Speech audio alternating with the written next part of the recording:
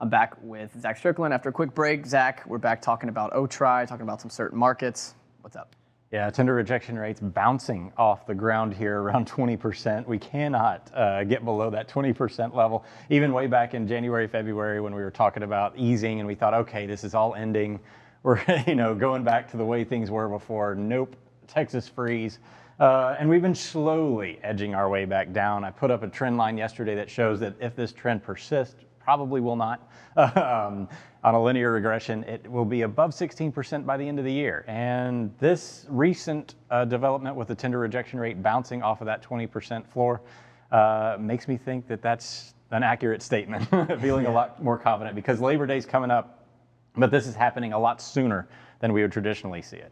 I'm glad you talked about the Texas storm just for a moment, because in our previous update, we talked about Easter, we talked about Memorial Day, and the 4th of July, and how sensitive this market is to little capacity changes. And that Texas one, there wasn't a little one. I mean, it took a significant amount and cut off the roadways across the country. But it's taken so long to come back from that, right? And it's just capacity is just very tight.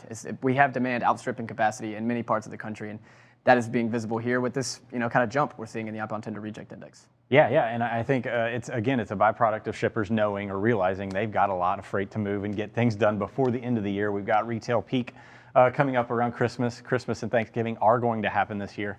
So they know that, and that will probably keep things a little bit more pressed throughout the third quarter than we're normally accustomed to, as we're seeing in August. And the school supplies that you talked about earlier, they had to order those way back, months ago to make sure that they were there. So a lot of this short haul freight is just a lot of shippers pushing things into the stores right now. Let's look at the map and see where in the United States we're seeing some significant changes. Weighted rejection index here, the blues indicate tightening, the reds and oranges indicate loosening week over week. This is a very short-term, near-term outlook, just to show you where the most rapid changes are happening in the United States. A lot of blue on the East Coast.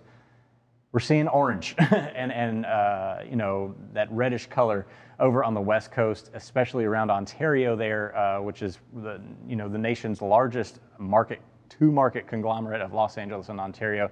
A lot of long-haul freight. They average over 900 to 1,000 miles per load out there, compared to a lot of these markets over here that average roughly 500. And that's an average. So keep that in mind.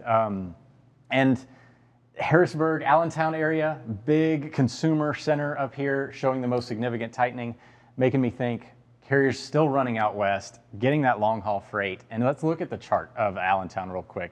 Allentown rejection rates are increasing. This is the lane level rejection rate of tender rejection. So we've got Allentown and Ontario both showing the lowest rejection rate in the market of 18.7-ish% going out there. Atlanta showing a 28.5 as the most rejected large volume lane, I should say. And a lot of those irregular lanes are not represented in this, but these are going to be your biggest high volume lanes coming out of Allentown. Yeah, we're talking Allentown to Brooklyn or Allentown to Greensboro, probably not going to be the biggest lane. But again, we were talking about earlier, you said it is a function of price, right? Yep. Because you can get freight coming out of Atlanta. There has been a major freight hub, especially with Savannah kind of blowing up this year.